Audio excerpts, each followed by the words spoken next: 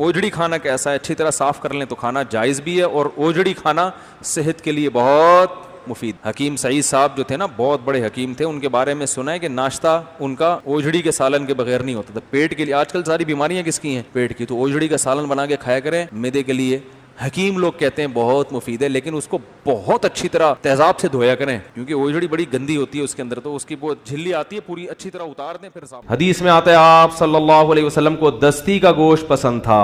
दस्ती पता है किसे कहते हैं? बकरे के जो अगला हिस्सा है ना, ये जन्नत कनौलिज का मुझे पता है, नॉलेज है, मैं मजाक में कनौलिज कह देता हूं उसको, क्योंकि इस पे भी लोग कहते हैं इसलिए कि आपकी ताकि आइकनो के कनौलेज है। और इतना लोग एतराज करते हैं कि मुझे डर होता है कनाइफ से मुझे ना मार दें कहीं, ठीक है। तो मुझे पता है ये केस साइलेंट है, वैसे ही मैं थोड़ा सा चुटकुले के लिए, कुछ अब लोगों के अपने मिजाज भी होते हैं ना, वो मजबूर होते हैं उस मिजाज से भाई, तो अपना मिजाज थोड़ी किसी की वजह से चेंज किया जा सकता है। तो वो जो है कि रसूलुल्लाह सल्लल्लाहु अलैहि वसल्लम दस्ती का गोश्त खाते थे। पाए जो है ना, पाए ये दस्ती के अच्छे होते हैं, पिछले पाए मजे के।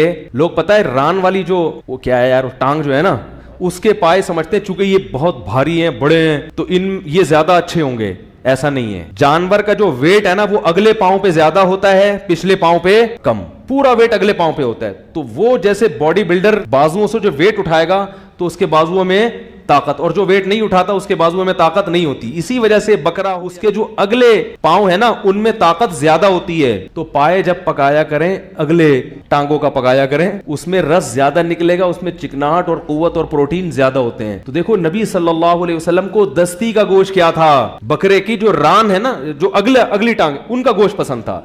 और नबी सल्लल्लाहु अलैहि वसल्लम गोश्त कैसे खाते थे?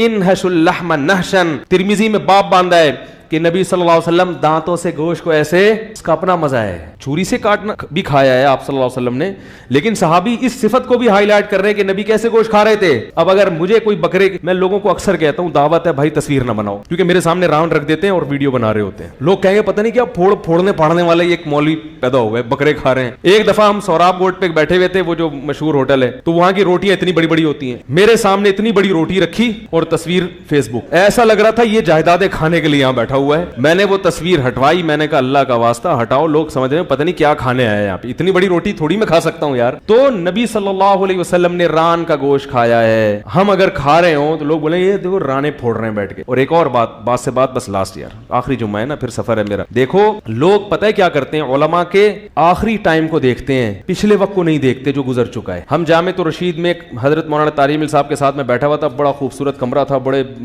बेहतरीन सोफे थे और बैठे हुए थे, आगे फल फ्रूट रखे हुए। तो एक साहब ने कमेंट्स किए, इन मौलवियों के मजे देखो, लैंड ट्राउजर में घूम रहे हैं, हाथ पांव लोग चूम रहे हैं, और इनके मजे देख। मैं जब तालिब इल्म था, मदरसे में आया, तो मजे लेस जिंदगी, मजों के अलावा क्या था, सब कुछ था, कोई जानता नहीं था। मुझे 4 आदमियों में बयान के लिए हमारे उस्ताद ने खड़ा किया, तो मैं टूटा फूटा सा मैंने बयान किया। उन्होंने कहा उस वक्त क्या हाल होगा जब हजारों लोग तुम्हारा बयान सुनेंगे। तो मुझे लगा ये लतीफा सुना रहे हैं। मैंने कहा क्यों हजारों लोग हमारा बयान सुनेंगे भाई, क्यों सुनेंगे? मौलवियों की कौन सुनता है? हम किसी मस्जिद में इमामत कर रहे होंगे, अजान दे रहे होंगे, बस यही हमारी एक्टिविटीज होंगी। मदरसे के लैट्रीन हम साफ करते थे, हालांकि मदरसे वाले भंगी रख सकते थे, लेकिन हमारे शेख मुफ्ती रशीद अहमद साहब रहमहुल्लाह ताला ने कहा तलबा की अना को खत्म करो। किसको? बोलो भाई, अना। कि जब आपका मदरसा है तो लैट्रीन कौन साफ कर? मैंने अपने घर में कभी जिंदगी में ना पहले और ना लैट्रीन साफ की है, मुझे घिन आती थी। मगर मदरसे में जहां हम पढ़ते थे लैट्रीन का मतलब फ्लश, वो हम साफ करते थे। हजरत ने पाबंदी लगाई थी, कोई भंगी नहीं आया।